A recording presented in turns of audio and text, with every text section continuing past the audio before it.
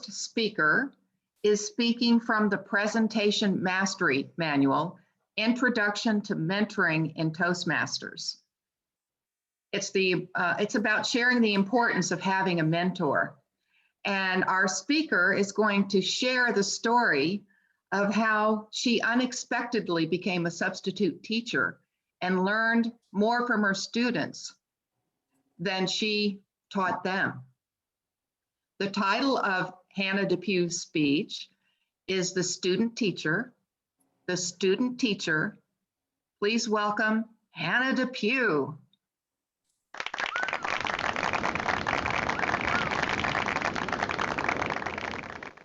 was speaking to my toughest audience yet. They were hard to please, loud and boisterous hecklers. They had a short attention span. It was 13 early elementary students. I was stepping in as their Sunday school teacher, and boy, was I in over my head. How did I get myself into this mess? I'd wanted to volunteer in the Sunday school classes for years. I love kids. I think I'm really still a kid inside, so I can relate to them. And more importantly than that, it was a personal passion of mine. When I was growing up, I was taught really dry, moralistic lessons like be nice, be quiet, say the right things during Sunday school. But I felt like I never learned the heart of the Bible and who Jesus is. So I wanted so much to communicate God's love to kids. Well, my opportunity finally came. One of the teachers of the 6, 7, and 8-year-old class had to take some time off to care for her mother, and I was asked to take her place. I'd always imagined I would help for a little while, learn the ropes. Once I got my Sunday school sea legs, I'd take over, but teaching by myself right out the gate with absolutely no experience with kids. Oh, what have I done? I was going straight from novice to teacher without easing in. And you have to understand, the usual teacher is a pro. She's actually literally a pro. She's had 45 years of teaching experience at schools, and she has perfect command over the kids. Just one glance, one word, and the squiggly wiggly kids fall silent. Well, that's true for most of the kids. There is a group of tough boys, I call them the peanut gallery, who've taken it upon themselves to sabotage the class. I've changed their names to protect their identity. There's Dirty Dave, who knocks his shoes together to form a little dirt heap on the floor. So he loudly announces, "I ate my booger." There's Loud Louie, who's in a battle with himself, who alternates between gun noises and dying. And there is the ringleader, Ralphie. He's the craftiest one of the gang. He starts the other boys in their giggly naughtiness. Before I started teaching, he once led the boys to hide during class, which made all their mothers freak out. All the other kids are really sweet and they're eager to please, but it's early elementary and they're blessed with the gift of endless energy and bitty tiny attention spans. They all each have 20 stories about their pets and best friends and favorite food that they all want to share right now, all at the same time. So it's hard to keep them on track. What on earth was I gonna do? As the time drew near for me to lead Sunday school for the first time, my shortcomings seemed bigger and bigger.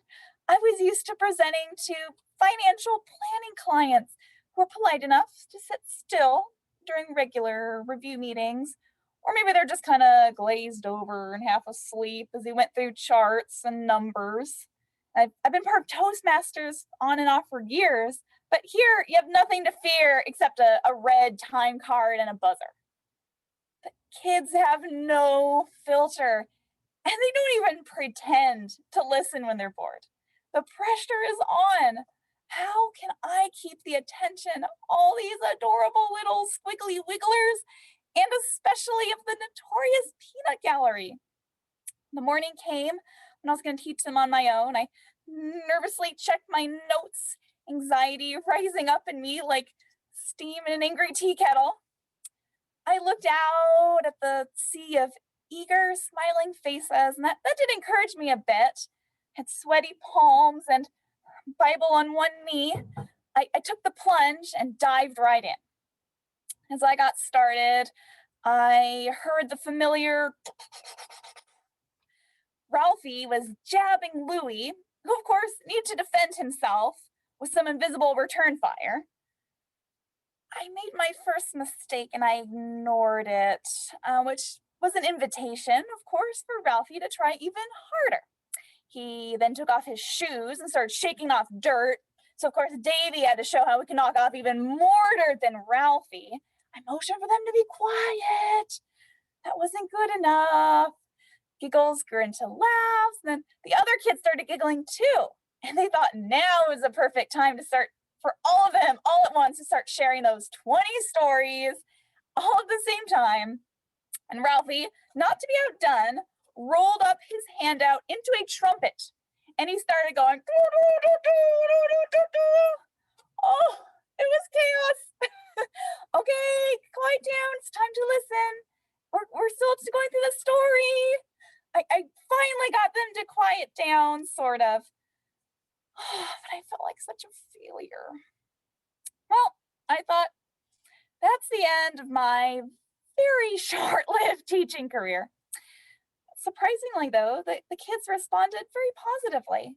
After class, one little girl went up to hug me and said, "Thank you so much for being our teacher." Another one asked to stay behind to help me clean up. I mean, what? A kid asked to help clean up? And over time, I learned too that and Dirty Dave really knows his Bible stories backwards and forwards, and he's great at answering questions. Even tough Ralphie is sharp at memorizing, and he loves to lead the other kids. Here, I thought I was going to be teaching them about love, but they're the ones teaching me. Over my short time teaching, I've grown to love these little guys. They've taught me so much. I'm their teacher, but they're also mine. I've grown to be more spontaneous and fun, going along with the flow instead of sticking to my plan. I've learned that they understand much more than I give them credit for. They ask very insightful questions and comments that show me they're really listening, even with their wiggles and squiggles. We have so much to learn from those around us, even in the most unexpected of ways. Madam Toastmaster.